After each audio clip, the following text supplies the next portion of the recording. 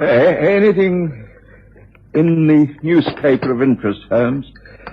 I'm rather worried about the floods in Scotland. What? Oh, the floods. No, not much about it. Water appears to be subsiding, torrential rains abating, local people stoic in the circumstances. Well, thank heavens there seems to be an end to it all. I have old friends who are farming in that area. That's interesting. I'm sorry to interrupt your train of thought, Watson, but I just spotted something rather intriguing. Oh? Lady Jane Beresford has had the famous Sarussi pearls stolen whilst giving a house party. And who do you think is in charge of the case? I can't imagine. Our old friend Inspector Thorne from Scotland Yard. What's the betting that he'll be around here before lunch? Oh, not to ask advice, of course, Mark. You meant merely to drop in for a cup of coffee, swapping stories, that sort of thing. I'll lay 10 to 1 that we find ourselves involved. What do you say?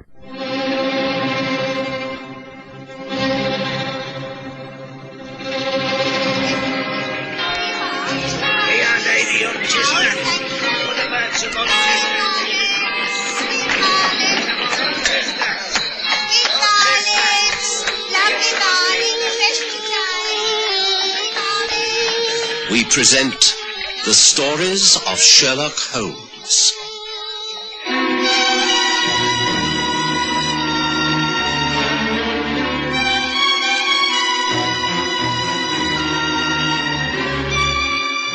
Tonight, the Sarussi pearls.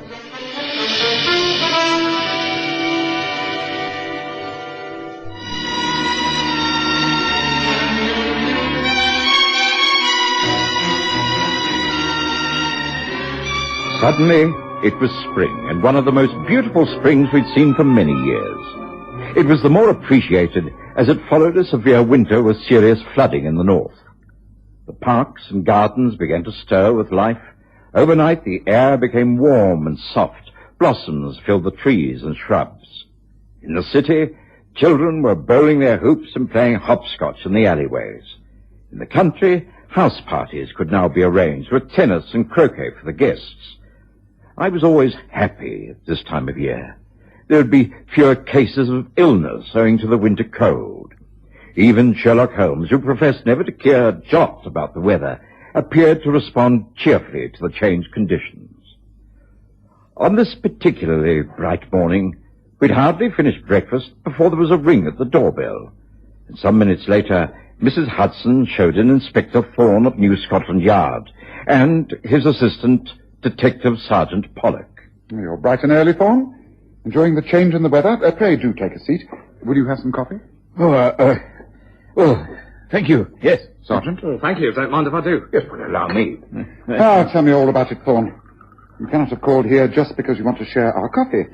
I see from the newspaper that you're engaged upon the case of Lady Beresford's stolen pearls. Is it proving interesting? It's always difficult when one's dealing with the aristocracy.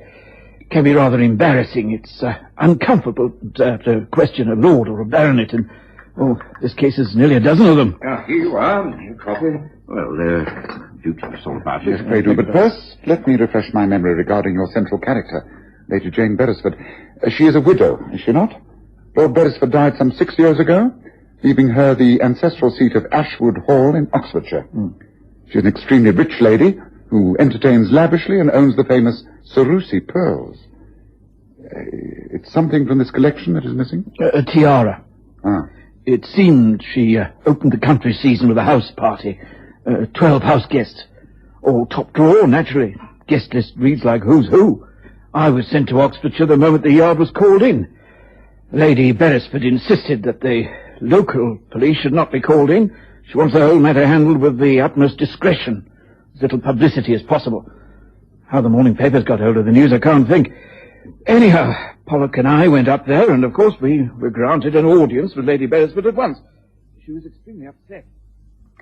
This is very considerate, Inspector. I do appreciate it. It's a most delicate matter, you see. And I'm sure you'll be most discreet. You can be sure of that, my lady. Now, please tell us all the facts, right from the start, leaving nothing out, however insignificant. Well, a month ago, I sent out invitations to a dozen or so friends of mine. The list is there on the side table. I've had my secretary prepare it for you. Thank you. I see there are 14 names here. Did they all come to the house party? 2 were unable to. The Earl of Baronsmere and his wife. They were stranded in Scotland in all that terrible flooding. The others all came and stayed here, naturally.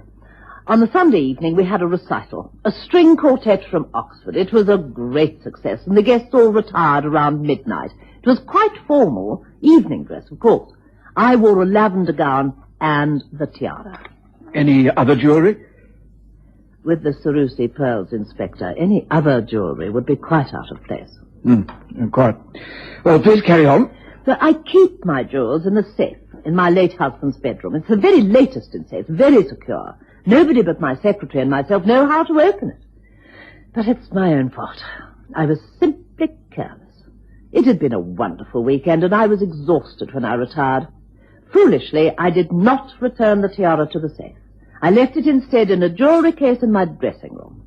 In the morning, it wasn't until after all the guests had departed that I remembered that the tiara was still out of the safe. I went to the dressing room. The jewellery box was still there, in the same place, but the tiara was no longer inside. It had been stolen during the night. I immediately reported the matter to Scotland Yard. How many servants have access to your dressing room, Lady Beresford? 3, my maid, the housekeeper, and the chambermaid. But they all swear that they were never in the rooms. You wish to question them, of course, but they've all been with my household since before my husband's death. All my staff are 100% trustworthy. Oh, you do see what this means, Inspector. If no one living here stole the tiara, then it must have been one of the guests. The cream of British aristocracy is on that guest list. How can I let any one of them believe that I think them to be a cheap thief? It's unthinkable. And yet the theft took place. I don't know how you're going to investigate this, Inspector, without bringing shame and humiliation to all of us. It's quite dreadful. Dreadful. Of course, I questioned all the servants. The impression I got was that they were totally loyal to Lady Beresford and quite horrified that this should have happened.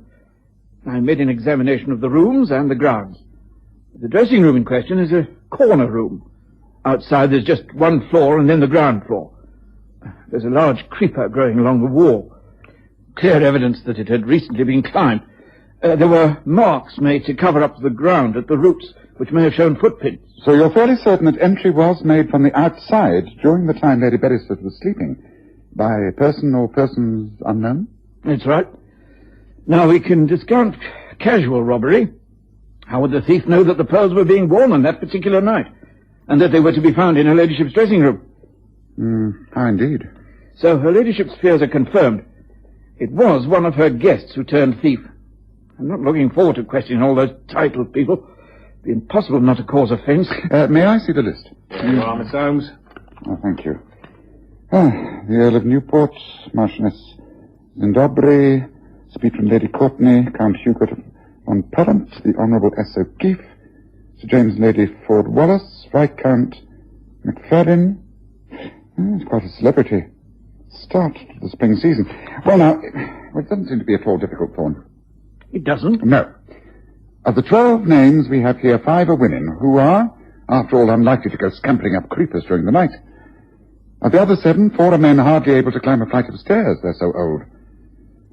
Viscount McFadden lost a leg in a shooting accident last year. Therefore, we're left with 2 young suspects.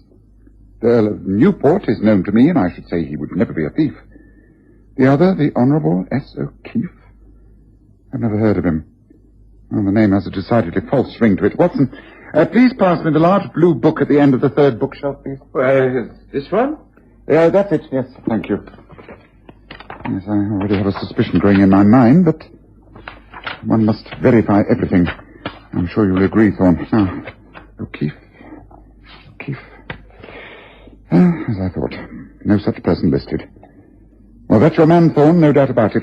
The course is clear. Find out who the man is, how long Lady Beresford has known him, and why he happened to be in such august company. Well, that's a very useful suggestion, Holmes. May I make another? Well, of course. There are very few men in England who would dare to commit such a crime. An ordinary crook could never hope to carry it off. To start with, he has to fool some of the oldest and best-bred families in the land. He'd have to be extremely well-read, well-travelled, and well-educated. In short, a black sheep from the upper classes who has turned to crime through force of circumstances, or maybe just sheer boredom. That narrows it down even further, wouldn't you say? Got anyone in mind, Holmes? Yes, one in particular. Slim Buxton. Public school background, married twice for money. He's several aliases, and is known in the London underworld as the Duke. Now, don't try and look him up at Scotland Yard. He's too clever to have a criminal record. If you like, I'll make inquiries through my own contacts. They would know who could locate a buyer for rare and famous pearls. Yes, that might be just as well. Yes, I doubt, however, if the Duke would risk trying to dispose of the Sarussi pearls in England. Certainly not so soon after the theft, at any rate.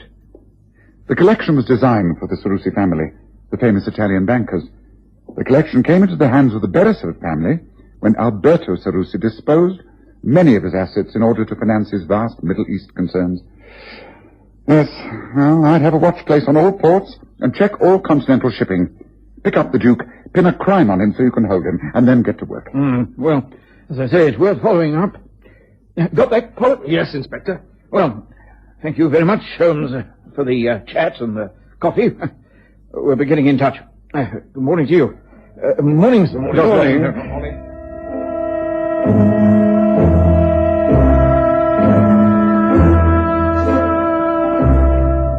While Thorne and the detective sergeant had been with us, Holmes seemed to view the whole matter with an air of slight amusement. But once they'd gone about their business, he became very thoughtful. This is a very puzzling affair, Watson. Simply does not make sense. There's far more to it than Thorne thinks. Well, if he does take your advice and manages to catch the Slim Buxton fellow, then it'll be entirely due to you, Holmes. It'll take a smarter man than Thorne to catch the Duke out. Oh, well, I shall be out all day, but if you're here this evening, I expect to have news. You're going to pursue the case. You're going after this man, Slim Buxton, yourself. Oh, no. I shall let Thorne do all that. I expect him to be successful up to a point. No, I shall be tracking down the real criminal. I'll see you this evening. Sherlock Holmes' attitude of being one step ahead of everyone else could be extremely irritating. But he was so seldom wrong that I'd learned to live with it, and I must admit that I looked forward to hearing the progress both he and Thorne had made during that day. When I returned to Baker Street that evening, I found Holmes seated by the open window, a sheaf of telegrams on his lap. He looked up cheerfully and said, Listen to this, Watson. Your supposition's entirely correct. Slim Buxton identified as Honourable S. O'Keefe, booked under his own name, passage on SS Emerald Isle from Portsmouth to Dublin this evening. Pollock and I will be on board. Hope for catch red-handed before stop at Liverpool tomorrow. Regards, Thorne. I must say things are moving, Holmes, but why are Thorne and Pollock boarding the ship? They know the man's guilty. Why don't they hold him on suspicion until it's all been cleared up? It's quite simple. They hope to catch him on board with the pearls. If they move in too soon, they might get their man, but they will have no proof. Thorne thinks he's playing a very clever game. Oh, well, it sounds astute enough to me. I just hope he can pull it off. I should be very surprised if he does. A trip to Liverpool might prove most interesting. How are you placed, Watson, for a couple of days? Yes, I suppose that'd be all right. I could, Well, I think it might take longer. If we go over to Dublin, if you could spare the time and the interest, I promise you will not be out of pocket at the end of the trip. Shall I make the necessary arrangements? The SS Emerald Isle will be at Liverpool tomorrow, so we must take the first train. Will that be all right with you?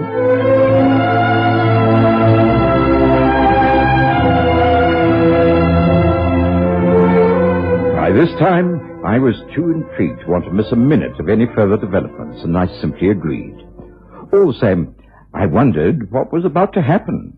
I also wondered about Thorne and Pollock aboard the SS Emerald Isle. How exactly would they go about it? This is how we'll go about it, Pollock. Watch the man like a hawk. He's not have a clue who we are. One of us must be with him all times. The only time he'll be alone is when he goes to his cabin. Then we watch the gangways. Notice if he talks to anyone, makes friends with people, or engages anyone in what looks like a business transaction. We've got our man, I'm sure of that. And he must have the pearls either in his luggage or about his person. Is all that clear? Yes, Inspector, I understand. Good. Then we must not appear to be too friendly. Look, he's getting up from the table over there. He's finishing his drink. He's heading for the deck. All right, get after him. Keep your ears and eyes open and report back when I can take over from you. Now, off you go. That's right.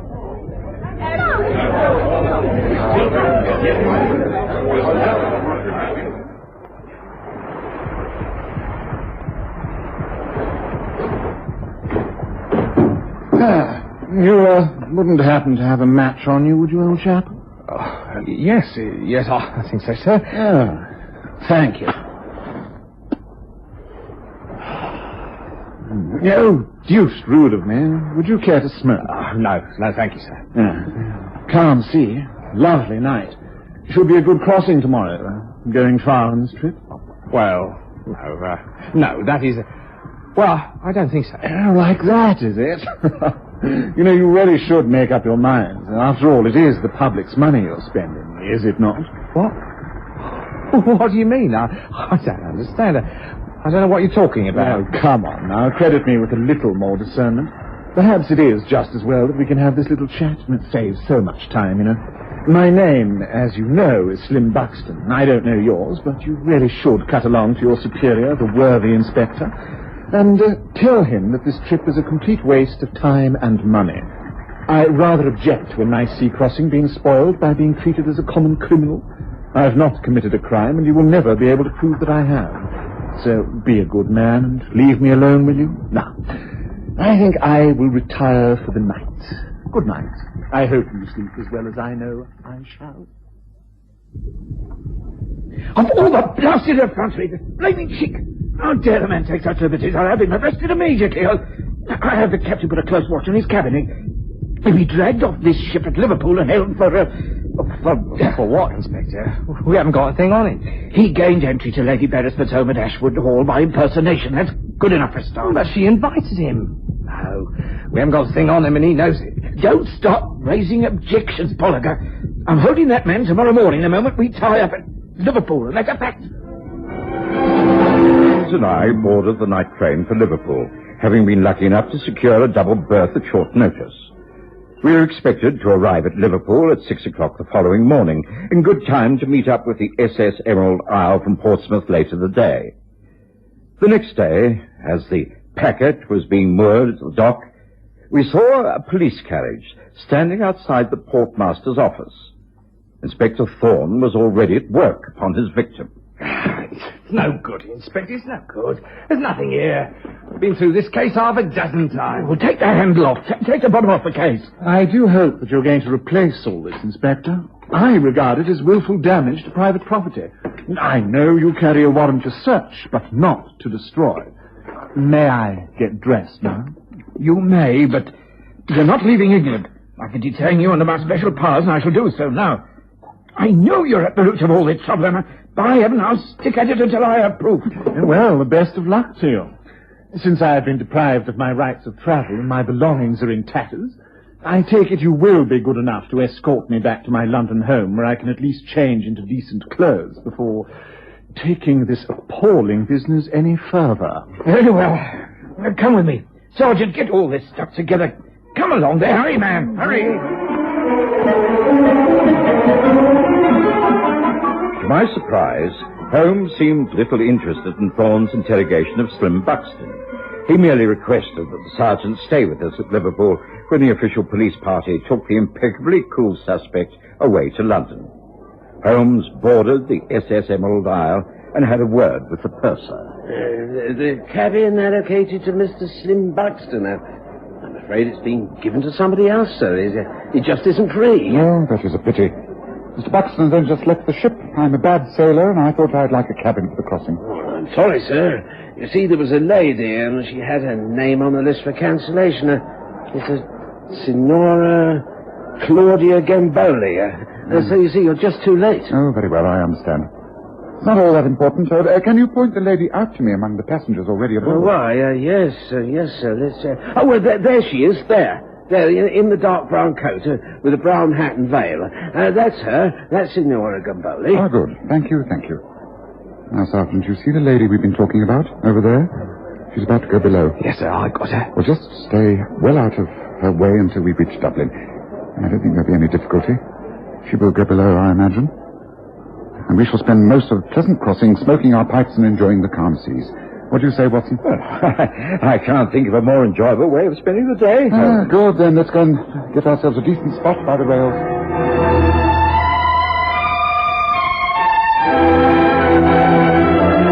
Crossing was delightful. the sea like a mill pond, and just sufficient breeze to be invigorating. I thoroughly enjoyed myself, and as for Holmes, well, I think he almost forgot the purpose of our journey. However, at Dublin, he asserted his authority and was the first off the ship. An Irish official came aboard, and Holmes led our small party down to the cabin where Signora Gamboli was sitting with luggage packed. Signora Gamboli? I am Signora Claudia Gamboli. What can I do for you? This is Inspector McEnroe of the Dublin Constabulary. This is Detective Sergeant Pollock of Scotland Yard. Oh, yes? What can I do for you, gentlemen? I think you already know Sergeant Pollock, do you not? No, I have not had the pleasure. I think you have. The day he called on you at your ancestral seat, Ashwood Hall in Oxfordshire, in connection with your missing tiara. What are you talking about? Are you people crazy? What kind of rubbish are you coming here with? Will you please mind removing your hat and that thick black veil? I'm sure the sergeant will confirm all that I'm saying. Come now, Lady Beresford. No one wishes to force you into a confession, but the game is up. You know it is. Now, please, remove the veil. This is an outrage. I mean, you come here disturbing a lady with these stupid lies. Lady Beresford, please remove the veil. I'm afraid I must insist. No, and if I refuse... I shall merely take your handbag like this. Oh, no, give that back. Give it to me. How dare you? That is better. That's more like your own voice. And now... the pearl tiara. Here is the beauty. Watson, I think you'd better take charge of this for the moment. Yes, very well, Holmes. Just where did Slim Buxton hide this tiara, my lady? Behind the water pipes, perhaps? Oh, yes, it was very clever of you. A neat plan. Too neat a plan in many ways. You've been extremely heavily in debt for some time, and so you arranged the entire affair. You got in touch with Slim Buxton, who seemed eminently suitable for the kind of tricky operation you had in mind. You promised him half the insurance money if he would steal your jewels. The idea was to make it obvious that he was the crook, and have Scotland Yard follow him on board this boat. You both knew that he would be taken off, and when he was, you would come aboard, occupy the same cabin, collect the tiara from a safe hiding place, and proceed to Dublin, where you could dispose of it for a fortune. I'm familiar, my lady, with the notorious Cercle des Amis, whose headquarters are in Dublin, and who specialize in trading in hot collector's items. A piece from the exquisite Sarussi collection would not only bring in a handsome sum, but would be quite a prize to acquire. The money from the sale, combined with the insurance claim, would certainly get you out of debt and also prevent you from losing face in society. Now, is that not so? Give or take a few details. Everything you say is quite correct, but I have nothing further to say. Neither have I. I shall leave it all to Scotland Yard to handle as they think fit. Only one more thing. You did offer a reward to whoever found the tiara. Well, I found it. So, there we are. I told you we would not be out of pocket regarding this little trip, did I not, Watson?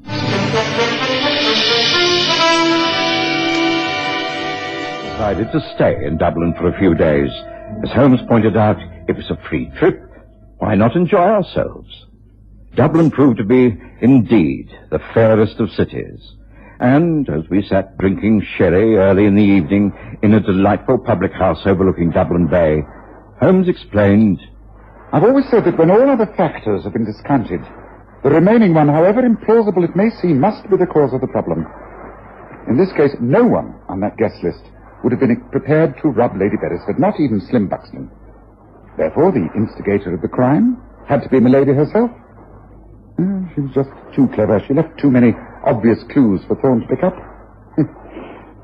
Well, I'm looking forward to the crossing back, Watson. Such a soothing journey it was coming here. For us, anyhow. Not so for Lady Beresford, I shouldn't think. Would you, Watson?